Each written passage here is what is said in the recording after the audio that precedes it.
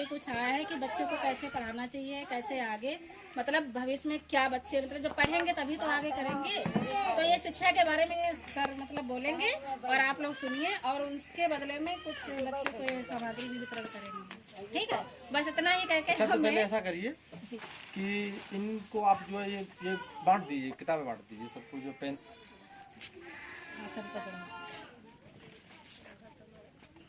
सगुन तुमको नहीं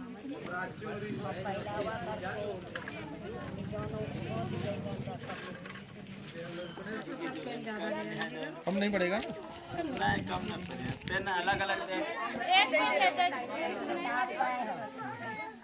मैं आपको पहले ये बताना चाहूँगा कि हमारे जीवन का जो मूल उद्देश्य है वो है शिक्षा। पापा को दवा बाद में दीजिए, आप थोड़ा सा पहले हमारी बात सुन लीजिए। सुन लीजिए थोड़ी देर सुन कि जीवन का मूल उद्देश्य है शिक्षा पाना। अगर आप लोग शिक्षा से वंचित रहेंगे तो आने वाले समय में बिना शिक्षा के आप कोई भी कार्य अच्छे से नहीं कर पाएंगे। क्या ये सही है कि नहीं है? और अगर सही है तो मैं जो बोलूं उसका जोर शोर से समर्थन करें। क्लैपिंग कर दीजिए। देखिए, सबसे मूल उद्देश्य, सबसे जो जरूरी होता है हम लोगों के लिए होता है समय। हम या आप कोई भी व्यक्ति जब किसी शुभ कार्य को या विद्यालय जाने के लिए या किसी कार्य को करने के लिए बोलते हैं तो ये जरूर कहते हैं कि अच्छा बताओ कितने बजे जाओगे, कितने बजे काम किया जाएगा या कितने बजे लोग आएंगे, जो भी होगा। इसका मतलब क्या है कि हर इंसान घड़ी पे बहुत विश्वास करता है और घड़ी पे विश्वास इसलिए करता है कि ये राइट टाइम चलती है। इसकी एक हकीकत है कि ये कभी भी अब किसी की बात, ये किसी के बाप की नौकर नहीं है घड़ी। ये न तो किसी की गुलाम है न किसी का नौकर है। ये अपने किए हुए अपने हिसाब से चलती है और अपने हिसाब से कंटिन्यू चलती ही रहती है। इसलिए आप सभी लोग उस घड़ी की तरह रहिए, अपने कार्य को उसी की तरह निरंतर बनाए रखिए, क्योंकि जीवन का जो मूल उद्देश्य है वो शिक्षा है। अगर शिक्षा नहीं है आपके पास तो आप किसी भी काम के नहीं है। मैं आपको बता दूं कि लोग, आप व्हाट्सएप ऐप भी तो कुछ लोग चलाते ही होंगे। कुछ लोग नया नया उस पर कमेंट लिखते हैं, स्टेटस लिखते हैं, बनाते हैं। कुछ लोग स्टेटस इस तरीके का लिखते हैं जैसे मान लीजिए कि जिन हवाओं में, जिन आंधियों में लोगों के आशियाने उड़ जाते हैं, उन आंधियों में हमारी चड्डी बनियाने सूखती है। इसका क्या मतलब है इस उद्देश्य का? ऐसे स्टेटस का क्या जो जीवन में उसका कोई महत्व ही ना हो? अरे अगर स्टेटस बनाना है तो एक ऐसा स्टेटस बनाइए जिसका नाम है जिंदगी का स्टेटस। वो स्टेटस आपके इतना काम आएगा कि आप जो चीज आपको हासिल करनी होगी उससे आप तुरंत हासिल कर सकते हैं, जब आपके पास एक खुद का स्टेटस होगा। अगर आप चाहें तो उस स्टेटस के बलबूते जो आपका अपना होगा, आप उससे रोजाना दही के साथ जलेबी भी खा सकते हैं, समोसे में आलू की जगह रबड़ी भी खा सकते हैं, जब आपके पास एक अच्छी शिक्षा होगी तब। बिना शिक्षा के आप लोगों का जीवन, हर व्यक्ति का जीवन एक जानवर के समान है। मैं चाहूंगा आप सभी लोगों से कि आपकी जुबान पे हर समय शिक्षा का नाम होना चाहिए। जो बच्चे विद्यालय जाते हैं इसलिए होना चाहिए क्योंकि शिक्षा ही आप लोगों के लिए मूल उद्देश्य है। मैं आपको बताना चाहूंगा, मैं जहां भी जाता हूं, जब बताता हूं तो शिक्षा का ही नाम लेता हूं। इसलिए लेता हूं कि लोग शिक्षा को ज्यादा दिमाग में डालेंगे तो रोजाना इसको पढ़ेंगे। मैं आपको एक छोटी सी कहानी सुनाता हूं कि एक बाप और एक बेटी नदी क्रॉस कर रहे थे। आपने पहले भी सुनी होगी। तो नदी क्रॉस कर रहे थे तो बेटी ने बाप का हाथ पकड़ लिया था।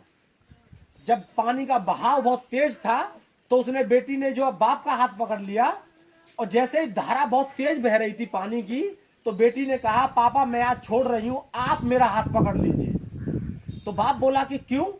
तो बेटी बोली कि हो सकता है इस बहाव में मैं आपका हाथ छोड़ दूं, लेकिन जब आप मेरा हाथ पकड़ लेंगे तो ये निश्चित है कि आप मेरा हाथ कभी नहीं छोड़ सकते जब तक ये पूरी नदी क्रॉस नहीं हो जाती।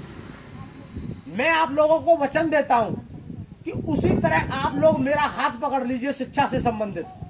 मैं आपकी शिक्षा आप लोगों के पास लेकर के आऊंगा। जो व्यक्ति आपकी शिक्षा के बीच में आएगा, मैं उस व्यक्ति को हटा दूंगा। हर उस लाल को जो आपके और शिक्षा के बीच में दीवार खड़ी करेगा, मैं उस दीवार को तोड़ दूंगा। बस आप लोग मेरा हाथ मत छोड़िए। आप लोग पकड़ेंगे मेरा हाथ। मैं बताना चाहूंगा आप लोगों को कि शिक्षा के बिना जीवन नरक है आप लोगों का। अभी आप लोग थोड़ा अभी अवगत नहीं है मेरी इन बातों से, लेकिन जब समय आएगा, अभी आप छोटे हैं, जब आपके पास ये समय आएगा तो आप जानेंगे कि कोई आदमी आया था हमारे गांव में जिसने हमें शिक्षा के बारे में कुछ बातें बताई थी। आप बताइए मुझे कि जब तक आपके पास शिक्षा नहीं होगी आप क्या कर सकते हैं। लोग बड़ी बड़ी बातें तो बहुत करते हैं। अभी किसी भी बच्चे से आप पूछिए क्या हाल है, तो बताएगा हमारी नानी के घर बहुत बड़ा पीपल का पेड़ है, कहेगा कि हमारी नानी के घर बहुत बड़ा मोर है। ये मायने नहीं रखता कि मोर कितना बड़ा है कि पीपल का पेड़ कितना बड़ा है।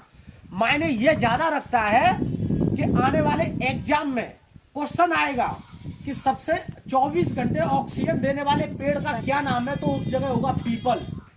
हमारे देश का राष्ट्रीय पक्षी का क्या नाम है, उसका नाम होगा मोर। ये इंपॉर्टेंट होता है।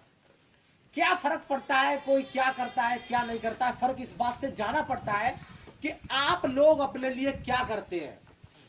24 घंटा होता है दिन का, 24 घंटे में से अगर आप अपने समय को यूं ही गुजार देंगे तो उस समय का कोई मतलब नहीं जो आपने बेकार गवा दिया। जरूरी यह ज्यादा होता है कि आपने उस समय का सदुपयोग कितना किया।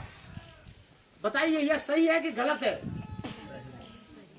सही है तो आप लोग तेज क्यों नहीं बोल रहे? अब आप बताइए मुझे कि आप अपने जीवन का जो मूल उद्देश्य है उसे आप किस तरीके से कन्वर्ट करेंगे, क्या करेंगे दिन भर में, आप क्या चीज ज्यादा महत्व देंगे दिन में। अपनी रोजाना की रोजमर्राओं की जो चीजें हैं, कार्य हैं, उनमें से आपको सबसे ज्यादा जो समय देना है वो है आप लोगों की शिक्षा। देखिए मैं आपको बता दूं कि आप रो रो कर मर जाने से अच्छा है कि हंस हंस कर और एक कलम से किताब पे लिख लिख कर अपने दुश्मन को मार दीजिए, वो ज्यादा बेटर है।